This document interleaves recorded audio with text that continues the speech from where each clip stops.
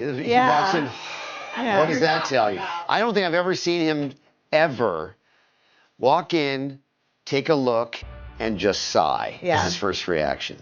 I've never seen you do that. Holly has an extremely narrow and sharp nasal bridge. Her tip tilts sharply upward with distinct angular edges. The side profile looks stiff and flat as if carved by a blade. It all started when she was 5 or 6 years old. She bumped into a sofa while playing with friends, which left her nose crooked. The trouble began back then. Years later, Holly started preparing for her wedding. To look better on camera, she booked a comprehensive rhinoplasty at a cosmetic clinic. She simply wanted a small, delicate, and natural-looking nose. However, the surgeon removed excessive alar cartilages and nasal vault support tissues during the operation, and over-thinned the soft tissue on the nasal bridge. After the surgery, her nose failed to recover properly and became increasingly deformed. The massive removal of subcutaneous tissue made her nasal bridge razor-thin. The skin on her nose was stretched taut and so thin that light could shine through. As the wedding drew near, her deformed nose triggered severe appearance anxiety. She refused all close-up shots during wedding photo sessions and dared not face her flawed nose. She avoided gatherings with relatives and friends, and even worried that her fiancé would dislike her. The wedding, which should have been joyful, turned into a heavy mental burden. She consulted many cosmetic surgeons, yet all of them turned her down due to the extreme risks of revision surgery. Desperate, Holly finally turned to leading revision rhinoplasty specialists Dr. Paul Nassif and Dr. Terry Dubrow. At the initial consultation, the two doctors made frank comments on her nose, saying her sharp nasal tip could even break a window in an emergency. Holly told them the whole story of her plastic surgery. She said her nose looked better at first, but the tip kept growing sharper soon after. She joked that she now looked like a witch. Dr. Paul Nassif stated that the damage was far worse than expected, judging from photos at first. He thought such deformity was caused by 7 or 8 surgeries. The doctors then examined her nose closely and checked the nasal cavity. Dr. Paul Nassif found that too much original supporting cartilage had been removed. The nasal tip was covered only by a thin layer of skin. Implanting cartilage to rebuild support would easily squeeze the fragile skin, leading to a high risk of tissue necrosis. This revision surgery carried extraordinary difficulty and risks. Filled with fear, Holly placed all her hopes on Dr. Paul Nassif. The surgery went ahead as scheduled. Lying on the operating table, she felt hopeful yet nervous. Dr. Paul Nassif kept comforting her. Will this highly difficult surgery be completed successfully?